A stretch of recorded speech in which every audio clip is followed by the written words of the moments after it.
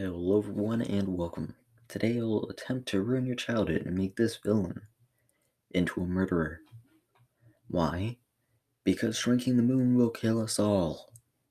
Alright, let's backtrack. There are a few of you out there who have not yet seen any of the Despicable Me's, and if you were one of those people, please leave and watch all of them, including Minions, and come back and finish this. There might be not really any spoilers, I just really like the movies. But anyways, let's just start. First of all, there are a few things here we do not know. First of which is how this moon is actually shrinking. But for simplicity's sake, I'm going to say that he is making the object more dense, but I will get to the other option later on in the video. So why is making an object more dense bad? Well, there are a few reasons, the first of which would be the moon is still as heavy as before, since it didn't shrink its mass. When Gru grabbed that, it would still weigh 7.35 times 10 to the 22nd kilos.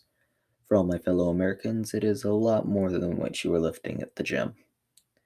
Also, we can assume it doesn't enter into the Schwarzschild radius, but I'm pretty sure I'm pronouncing that wrong, since the radius for that is around 0.004 inches, which is a lot smaller than the moon gets here.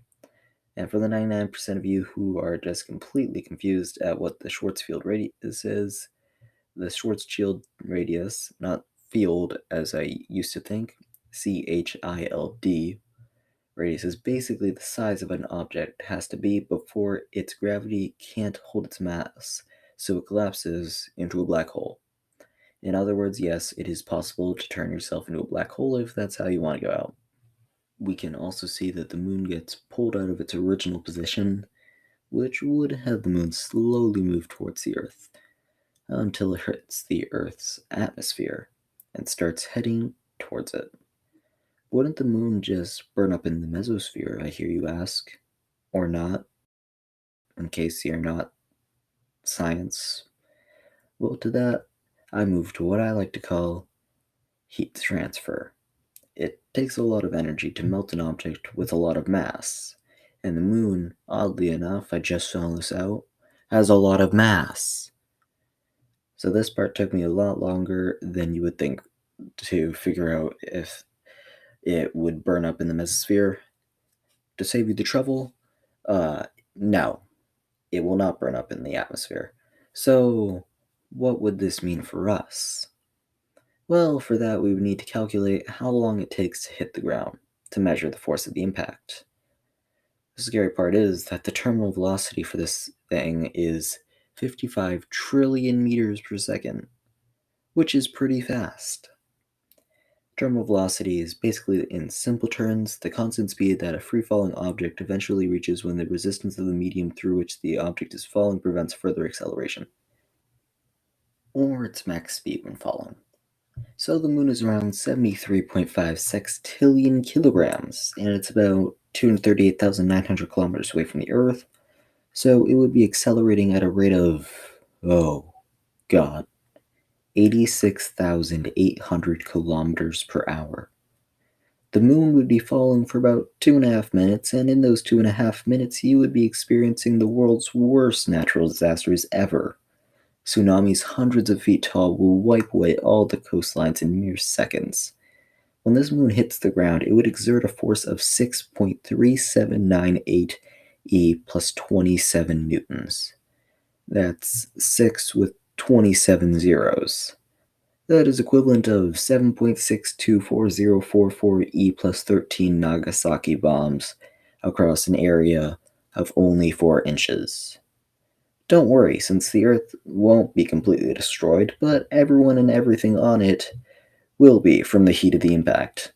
The waters of the ocean will heat up to over 10,000 degrees Fahrenheit, or over 5,500 degrees Celsius. All life on Earth will be killed. Okay, I did say that there was another possibility that my brother brought up. Maybe the mass also shrunk with it, even though it wouldn't do anything with the mass. But let's just give him the benefit of the doubt. Let's say theoretically what would happen if the moon didn't exist. I say it didn't exist because the point Gru has more gravitational force than the moon. So, the first thing that would happen is the Earth would start to roll. Without the moon keeping the Earth stable, there is nothing to stop that from occurring. Because the Earth starts to turn its axis, we would start to have terrible storms, almost as strong as the red spot on Jupiter.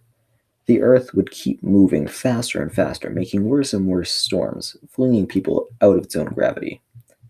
The sun would have a more dominant pull in the oceans, so the high tides would be really, really tall and sweep people up and take them out to sea.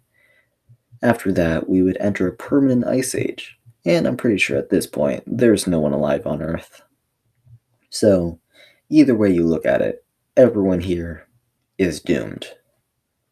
Anyways, if you liked the video and would like to see more of these, then leave a like and put in the comments what you would like to see me debunk. And maybe you'll be featured in an upcoming video. But for now, have a good day, and I'll see you all next time.